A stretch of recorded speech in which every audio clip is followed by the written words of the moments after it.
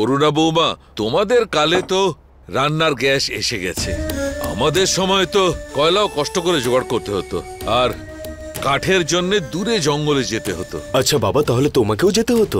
তুমি তো রাজ পরিবারের ছেলে। এমনিতে বাড়ি থেকে তো চাকর যেতই কাঠ আনবার জন্য, কিন্তু আমি আর আদি দাদা লুকিয়ে লুকিয়ে অন্য বাচ্চাদের সঙ্গে জঙ্গলে চলে যেতাম। তাহলে তো বাবা ছোটবেলায় আপনি খুব দুষ্টু ছিলেন। ছোটবেলায় কে দুষ্টু হয় না করুণা মা, আর সে সময় আমাদের দুষ্টুমিকে তো শয়তানের দুষ্টুমি বলতো গ্রামের লোকেরা। তাই নাকি?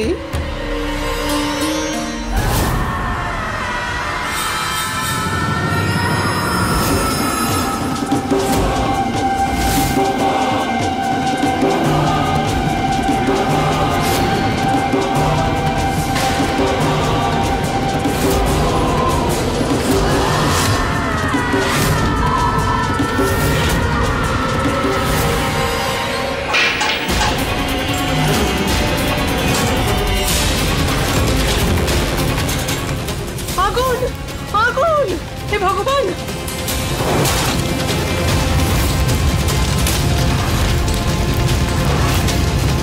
আগুন তো ছড়িয়ে পড়ছে। আরে বাড়িতে কেউ আছে? আবির, নিশান্ত,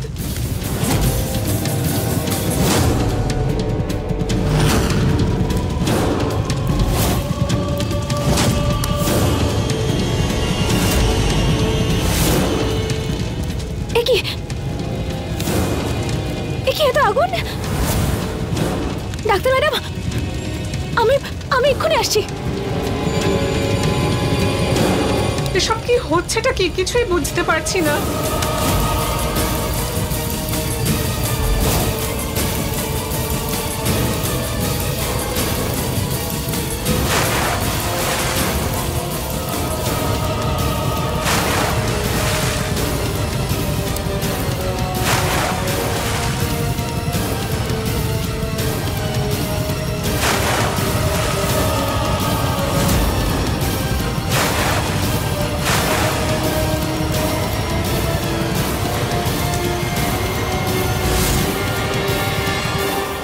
যাক বাবা, আগুন নিভে গেছে।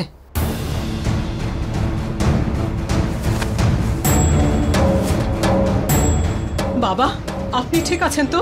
আমি তো বুঝতেই পারছি না হঠাৎ করে মশালটা পড়ে গেল কি করে, আর আগুন লাগলো কিভাবে। আমার মনে হচ্ছে জোরে হাওয়া বওয়ার জন্য মশালটা পড়ে গেছে। আমরা সবাই ঠিক আছি, এটাই তো বিশ্বাস।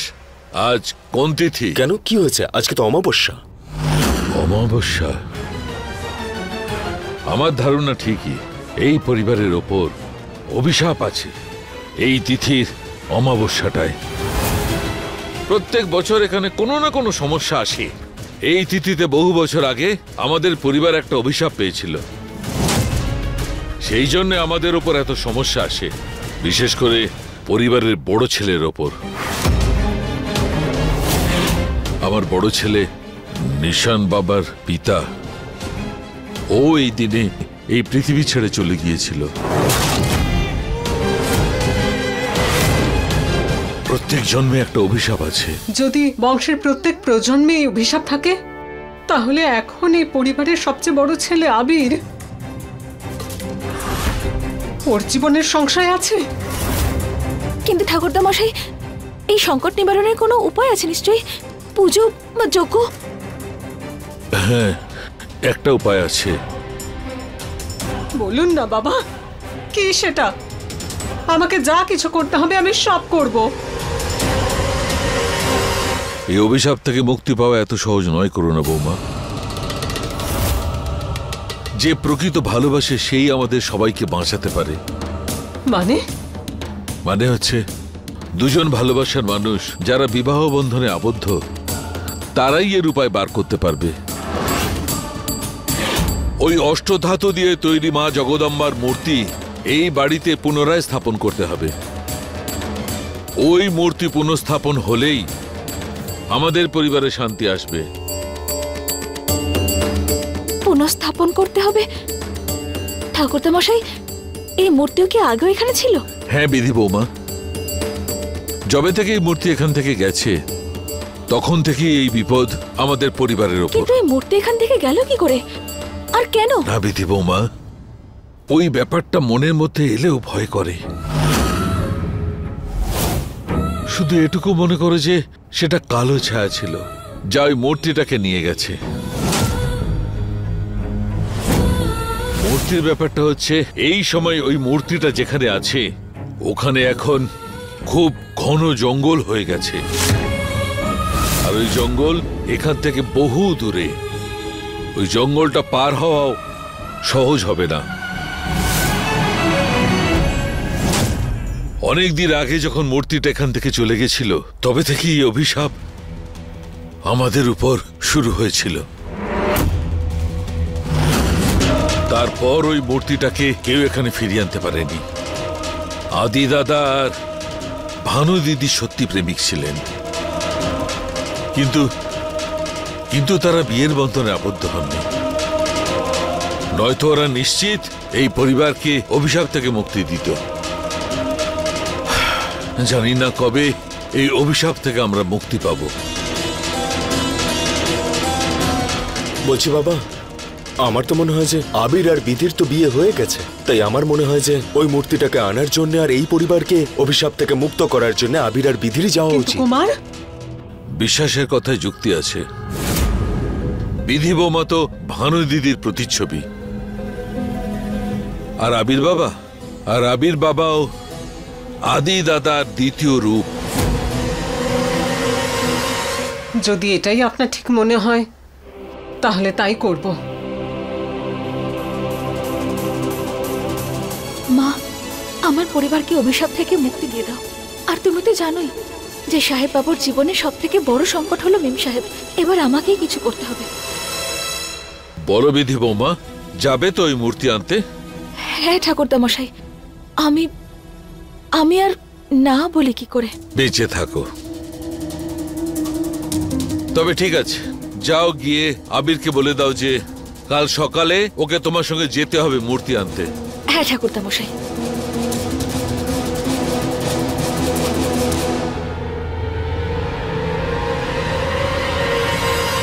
ত্রিশালা, তোমার মনে হয় না এই জায়গাটা খালি না রাখা উচিত? যেমনটা তোমার ঠিক মনে হয়। তুমি তো আমার থেকে বেশি ভালো বোঝো। এইসবে আমার খুব একটা ইন্টারেস্ট নেই। আমি শুধু একটা জিনিসই জানি, সেটা হচ্ছে তোমাকে বিরক্ত করা। আরে ত্রিশালা, তুমিও না। আরে সব কাজ কি তুমিই করবে? আমাকে করতে দাও।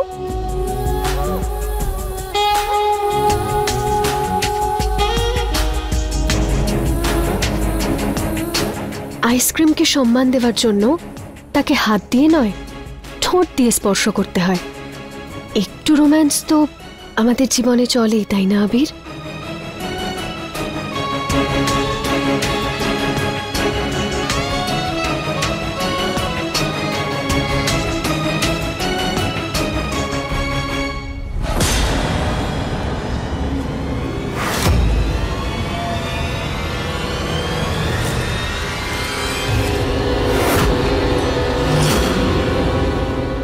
মেম সাহেব, আমি না কালকে টিভিতে দেখছিলাম যে জিভে অনেক জীবাণু থাকে, যদি ওনার গালে লেগে যায়।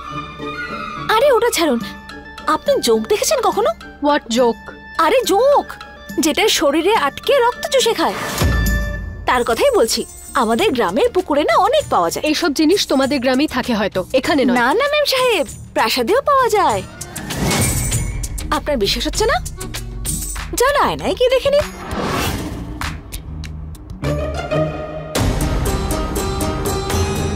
তোমার এত সাহস? সাহস? সাহসটা আপনার বেড়ে চলেছে ক্রমশ।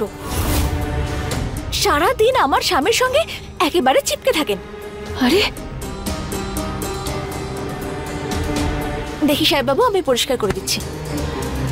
বিধি, তুমি শুধরে যাও। বিদেশ থেকে লেখাপড়া করেছেন আপনি, তাহলে এটুকু আপনি নিশ্চয়ই জানেন যে যখন স্বামী স্ত্রী একে অপরের সঙ্গে কথা বলছে, তখন বাইরের কাউকে এসে কথা বলতে নেই।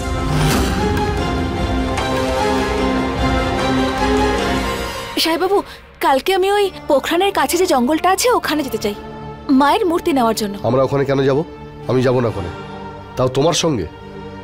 ঠাকুরদা মশাই আদেশ করেছে। আর এমনিতেও আজকে সকালে যা হলো, বাড়িতে এভাবে উঠোনে আগুন লেগে যাওয়া, ঠাকুরদা মশাই বললেন এই বাড়িতে অনেক বছর ধরে অভিশাপ রয়েছে। এই অভিশাপ থেকে মুক্তি লাভ করার জন্য ওই মূর্তিটাকে ফিরিয়ে আনতে হবে আমাদের। আর এমনকি এমন দুজন মানুষ যারা একে অপরকে খুব ভালোবাসে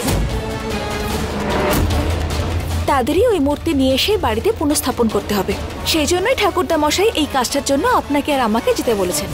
এটা কি দাদুর হুকুম নাকি তোমার বাহানা এটা আবিরের কাছে আসার? তুমি এত নিচে নামতে পারো আমি ভাবতেই পারছি না। সব কিছুতে দাদুর দোহাই দিচ্ছ। তুমি যতই চেষ্টা করো, তুমি যা করার তাই করো, কিন্তু আমি কোনোভাবেই তোমার কথাও শুনবো না, তোমার সঙ্গেও যাব না। দাদু কি বলেছে? দুজন ভালোবাসার মানুষকে একসঙ্গে যেতে হবে। তাহলে আমি কেন যেতে যাব? আমি তো তোমাকে ভালোই বাসি না। আমি সত্যিকারের ভালোবাসি আবিরকে, সেই জন্য ওই মূর্তিটা আনতে আমিই যাব, তুমি নয়। সত্যিকারের ভালোবাসা এই শব্দের মানেও কি জানেন আপনি? সত্যিকারের ভালোবাসার মানে নিজের সঙ্গীর পাশে দাঁড়ানো। কিন্তু আপনি তো শুধুমাত্র ঠকাতেই জানেন। আর এমনিতেও তাদেরকে না বিবাহিত হতে হবে। আর আমার বিয়ে হয়েছে সাহেববাবুর সঙ্গে। আপনাকে তো আমার জুতোও যেতে দেবে না। আর সেটা সম্পন্ন করা আমার দায়িত্ব।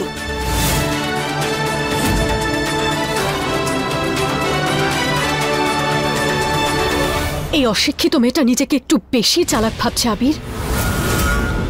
আই অ্যাসিওর ইউ, আমার সঙ্গে বিধি নয়, তুমিই যাবে। একে তো আবিরকে ওখানে যেতে হবে, আর দিনটাও শুভ নয়। অন্তত ওর নজর যাতে না লাগে সেই চেষ্টা করতে পারি।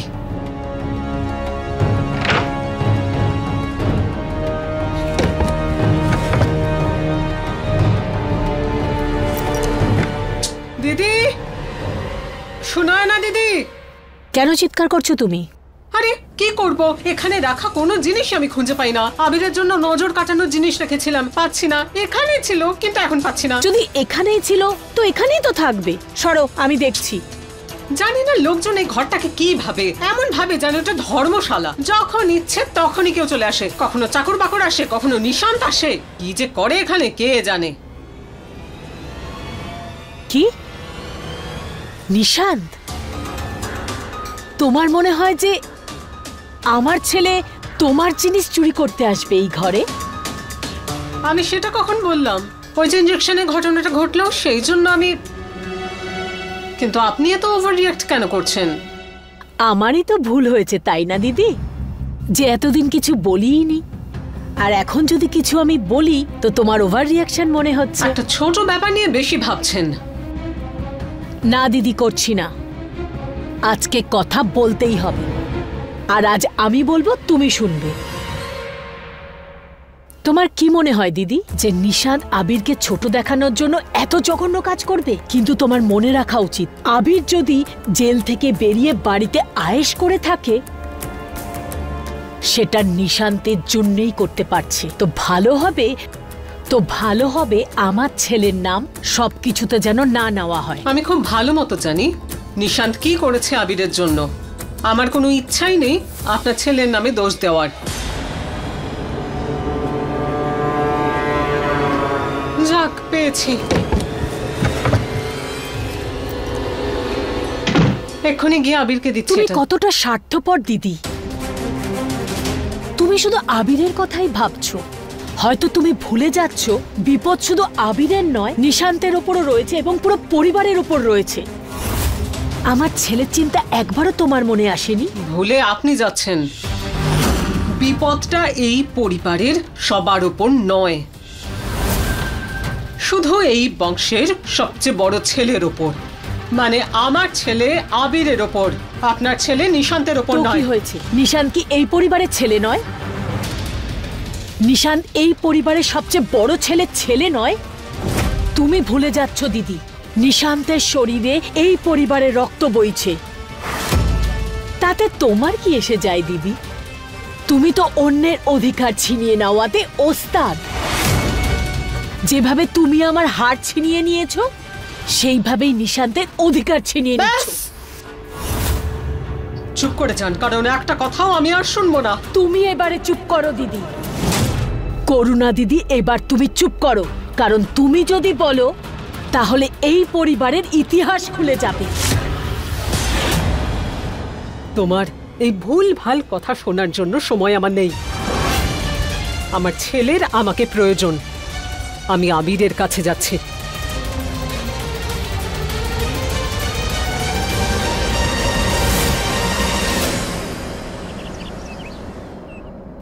আমারও মনে হয় যদি আবিরের সঙ্গে কাউকে যেতেই হয় তাহলে সেটা হবে তুমি ত্রিশলা, কোনো মতেই ওই বিধি নয়।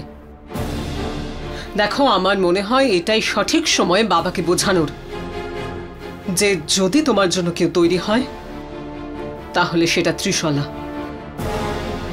বিধি নয়। একবার ভাবো, যখন তুমি আর ত্রিশলা ওই মূর্তি নিয়ে মন্দির থেকে ফেরত আসবে আর এই পরিবারকে ওই অভিশাপ থেকে মুক্তি দেবে, তখন বাবা এটা ভাবতে বাধ্য হবেন যে আপনি আর ত্রিশলা এই পরিবারের সত্যিকারের প্রেমী। কিন্তু মা, আবির, মা তো একদমই ঠিক বলছেন। এটাই সঠিক সুযোগ দাদুর চোখের সামনে থেকে বিধির মিথ্যের পর্দা সরানোর। আবির প্লিজ মেনে নাও না। কিন্তু মা, আমি ত্রিশালার সাথেই যাব। অনেক হয়েছে তোমার চালাকি বিধি, কারণ এবার আবিরকে আমার কাছে আসতে আটকাতে পারবে না তুমি। কাল সকালে তাড়াতাড়ি বেরোতে হবে। খাবারও বানিয়ে নিয়েছি। সাহেব বাবুকে খালি পেটে তো নিয়ে যেতে পারবো না আমি। আমার পায়ে কি লাগলো এটা?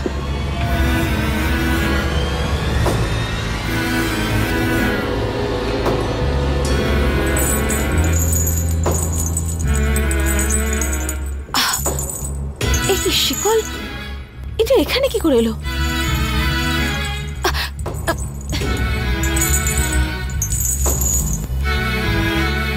ভৈরব কাকা,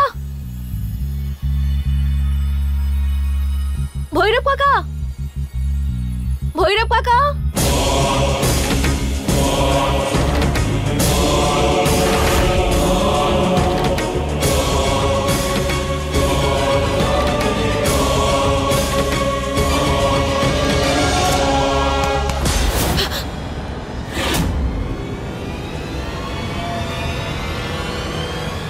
সব কাজ শেষ হয়ে গেছে নাকি এখনো বাকি আছে? না মানে আমি এটা বলতে চাইলাম যে আবিরের সব জিনিস প্যাক করে নিয়েছো তুমি, নাকি এখনো বাকি আছে? না কারণ হলো এটাই যে কালকে সকালে আমাদের খুব তাড়াতাড়ি যেতে হবে দেবী মায়ের মূর্তি আনতে, সেই জন্যই জিজ্ঞেস করছিলাম। যদি যাওয়ার পথের খাবার তৈরি হয়ে গিয়ে থাকে তাহলে তাড়াতাড়ি জিনিসপত্রটাও প্যাক করে দিও, ওকে? ধানি লঙ্কা হওয়ার চেষ্টা একদম করবেন না ম্যাম সাহেব। রাজরানী হওয়ার স্বপ্ন কে দেখছে সেটা তো আমি তোমাকে বোঝাবো বিধি। আজকে তোমার সব স্বপ্ন ভাঙবে। আবিরকে নিজের বানানোর স্বপ্ন, এই বাড়ির বৌমা হওয়ার স্বপ্ন। আর আমার কথা বাদ দাও, তুমি আমায় কেন ভাবে দেখছো? আমি তো তোমার শাশুড়ি মায়ের থেকে আশীর্বাদ নিয়ে যাচ্ছি কালকে আবিরের সাথে।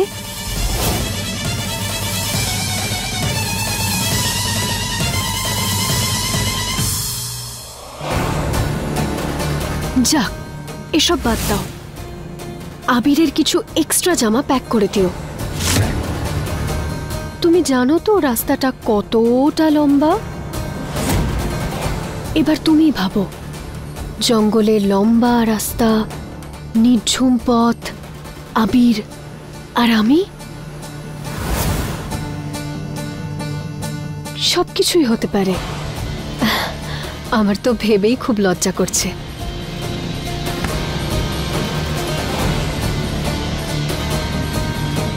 শুধু কালকেরই সময় আছে তোমার কাছে, তারপর আবিরও আমার হবে, আর এই সময়টাও।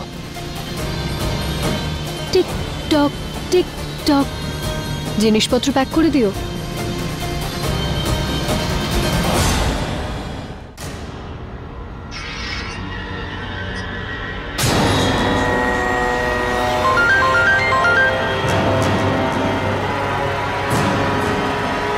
হ্যালো, একটা কাজ আছে তোমার জন্য। হ্যাঁ বলুন ম্যাডাম। মন দিয়ে শোনো। কালকে গাড়ি নাম্বার 6587 এই গ্রামের বাইরে একটা জঙ্গলে বন্ধ হয়ে যাবে। ওই গাড়িতে আমি থাকবো আবির সিং তোমারের সাথে। তোমাকে শুধু আবিরের ওপর আক্রমণ করতে হবে, আর তারপর আমি তোমার আর তোমার গুন্ডাদের থেকে আবিরকে বাঁচিয়ে নেব। ঠিক আছে ম্যাডাম, আগে আমাকে এটা বলুন গাড়িটা বন্ধ কিভাবে হবে? সেটা তুমি আমার উপর ছেড়ে দাও। তুমি বুঝতে পেরেছো তো যে তোমায় কি করতে হবে? হ্যাঁ ম্যাডাম, গাড়ির নাম্বারটা মনে রেখো 6587। আর হ্যাঁ, টাকার চিন্তা করবে না। একবার কাজ হয়ে যাওয়ার পর তোমায় অনেক পুরস্কার আমি দেব। ঠিক আছে ম্যাডাম।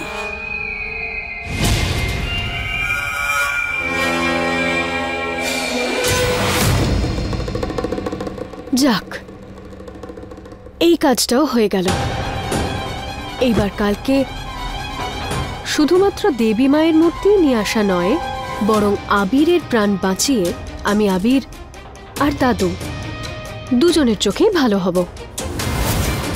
তুমি যতই চেষ্টা করে নাও না কেন বিধি, কালকে আবিরকে আমার হতে আর কেউ আটকাতে পারবে না।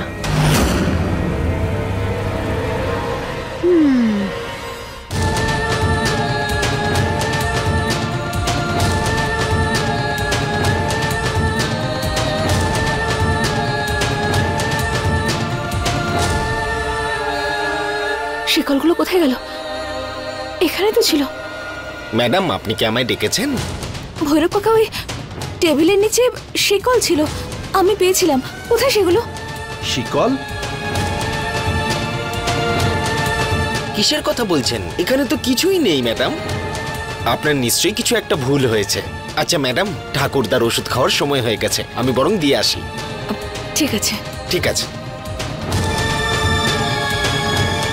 হে মা জগদম্বা, এ কি হচ্ছে বাড়িতে? প্রথমে ওই রক্তের দাগ, আর এখন এই শিকল।